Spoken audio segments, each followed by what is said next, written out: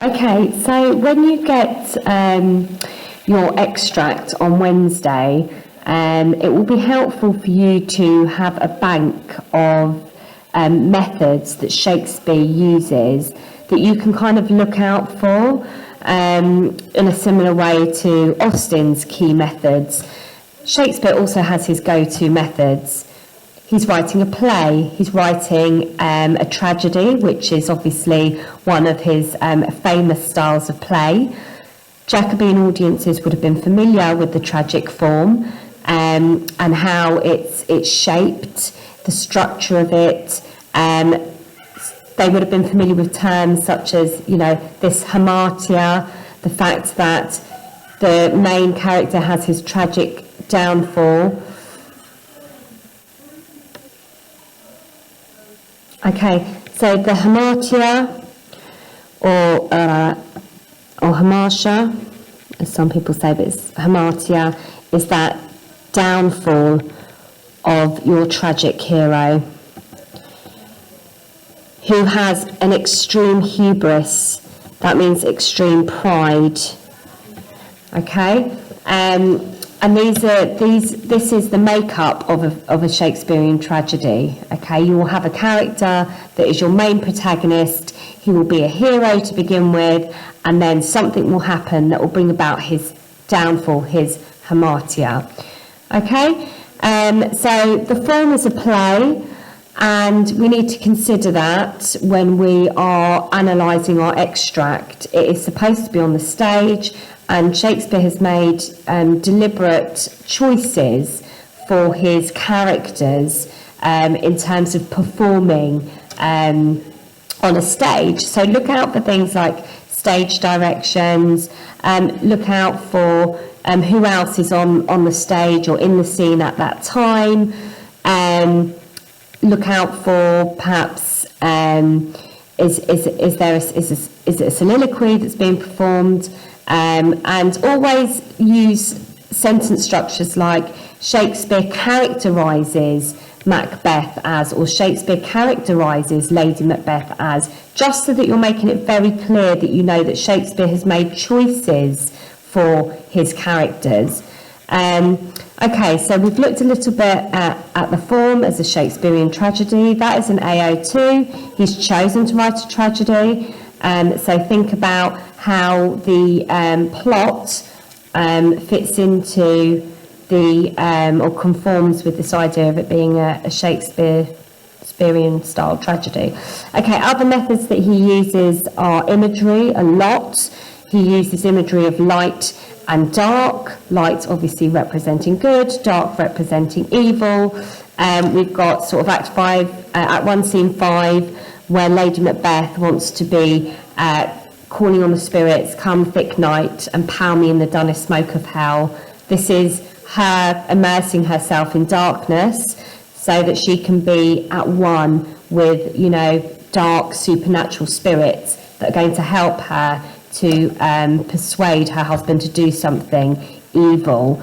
So think about light and dark imagery. So Shakespeare uses the method of light and dark imagery to convey. Okay. Also in Act 1, Scene 7, we have Macbeth calling in his soliloquy for the stars to hide their fires. Let stars hide your fires. Let it not show my deep and dark desires. Something like that. But think about how calling on dark imagery again, calling on light to stars, to the giver of life, to kind of subdue their light and hide their light, hide that goodness so that he can carry out this murder at night under the thick blanket of darkness. Okay, a lot of dark things and terrible things happen at night time. Think about in Act 2, Scene 4, after Duncan's murder, the old man starts telling us about all these terrible things that have happened the night before. The horses are eating each other. Other things have happened as well. One of an owl ate a falcon. So that's quite unnatural, isn't it? Like an owl at the night, a bird of the night, ate carnivorous bird. So, you know, it's just everything is unnatural, and that light and dark imagery helps to convey this unnatural kind of state that Shakespeare wants to communicate to audiences. Everything's unnatural, and I think that's because we need to consider the great chain of being, okay, how there is a pecking order in our chain of existence. So beginning with, you know, God, and then moving on down to the kings, and then moving on down to, you know, sort of noblemen, and then moving on down to us, and then moving on down to animals. And, you know, what Lady Macbeth and Macbeth have done is they've upset that natural order of things, and therefore they are going to be punished for that. You know, they're going to end up like going to hell because of the sin that they've committed. So other methods he uses are these extended and often hyperbolic metaphors, very detailed metaphors, particularly when Duncan is murdered, or when they're thinking about murdering Duncan. Macbeth says that trumpet-tongued angels will plead for the souls not to be, you know, to go to heaven and stuff like that. So think about those really detailed metaphors. He uses oxymorons as well. So at like an innocent flower, but be the serpent underneath it. The innocent flower contrasts to the serpent there, and the reason why he does that is to show a sense of conflict between two things, and that's what this play ultimately is about. It's the conflict between doing something right or doing something wrong. It's the conflict about being ambitious or just being happy with, you know, the luck and the fortune that you've been handed. So it's conflict throughout, and that's why he uses the oxymoron. Shakespeare also uses blank verse in soliloquies. Blank verse is where you've got lines with 10 syllables but they don't rhyme, and blank verse is generally used in Shakespearean plays to within a soliloquy to show the characters' thoughts and feelings and their emotions. Okay. He also uses rhymed verse as well in the play, predominantly through the witches and what the witches say, and that rhyme creates this ritualistic and supernatural effect that is reminiscent of like spell chanting. Okay, it's also quite entertaining, and it creates that kind of theatrical, engaging and exciting language that he wants in his play. Yeah, that respite of something weird and wonderful, and that's why he uses the rhymed verse with the witches. But interestingly, we have Macbeth and Lady Macbeth also use rhyme in their language. Macbeth, after Banquo's murder, he speaks predominantly at least 10 lines in using rhyme, and Lady Macbeth in Act 5 Scene 1, when she uses this internal rhyme of the Thane of Fife had a wife, where is she now? And the use of the rhyme really tells us that Macbeth and Lady Macbeth have been corrupted by the witches, okay, and by the dark forces, okay. Another go-to technique that Shakespeare uses is the motif. So when you've got your extract in front of you, if it mentions anything about sleep, anything about birds, anything about blood, anything about hallucinating, that is a motif because it exists throughout the whole play. So we have, particularly in terms of sleep, we have Macbeth saying sleep no more, Macbeth doth murder sleep. This is just after he's killed Duncan. We also have Lady Macbeth in her somnambulism. That means her sleepwalking state at the end of the play, Act 5, Scene 1, indicative of her also being unable to sleep and have a natural sleep. We also have the motif of birds. Birds are used consistently throughout the play to represent characters and their characteristics.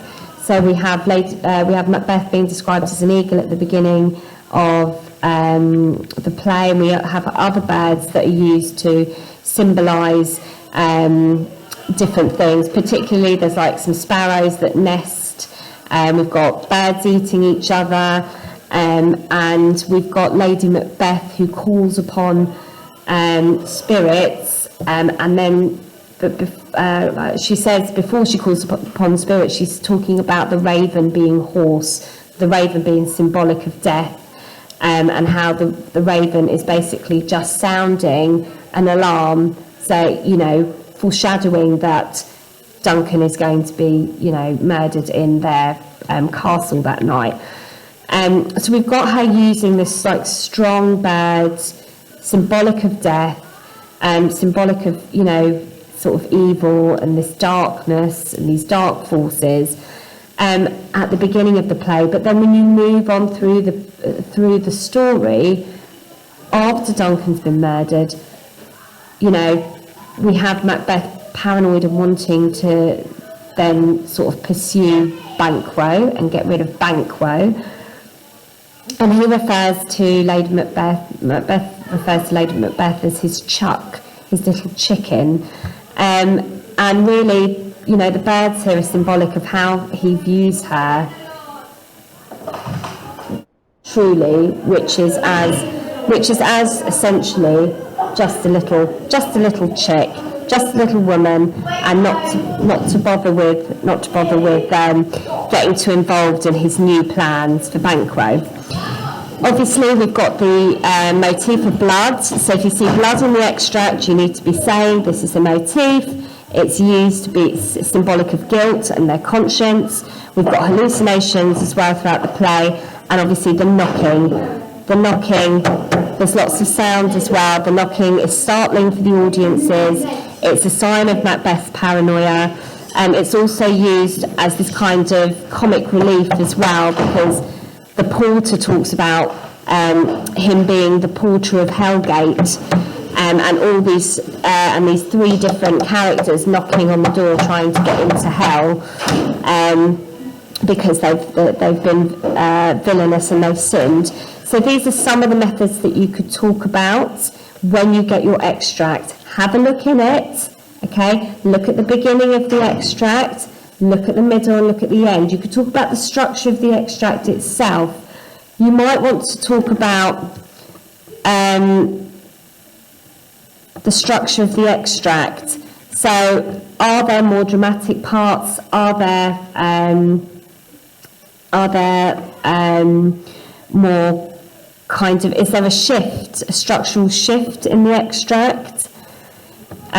Is it what style of language is it? How does the extract end? Okay, you could talk about the structure of the extract itself, or you could talk about the structure of lines. Structure of lines. Or you could mention perhaps where the extract comes in the story as a whole. So where does it come in the whole play? Is it a moment of light relief? Is it at the beginning of the play where the rising action is taking place in this story? Is it towards the end where the action is falling? Okay, is it a climatic point of the play? Think about where the extract comes in the play as a whole. So I hope you've got a few ideas of some of Shakespeare's kind of clear methods that he uses. So always, when you get your extract, think, right, where's the imagery here? Where is there a motif that's being used? Imagery, motif, what style of language is there? An oxymoron? Is there a metaphor? Think about these things as you are looking through the extract, and just analyse the extract for method.